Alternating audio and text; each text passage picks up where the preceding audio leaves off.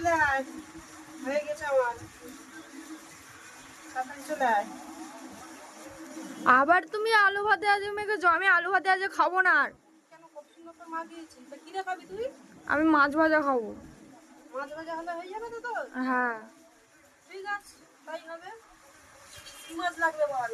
Tilapia মাছ। মাছও ভেজেছি, আলু ভাতে আছে, মাছও ভাজা আছে, তাড়াতাড়ি চলে আয়। আলু ভাতে মাছ ভাজা খেতে কেমন লাগে আমি একটু আগে খেয়ে দেখি মাছটা কেমন খেতে, তারপর তুই খাবি।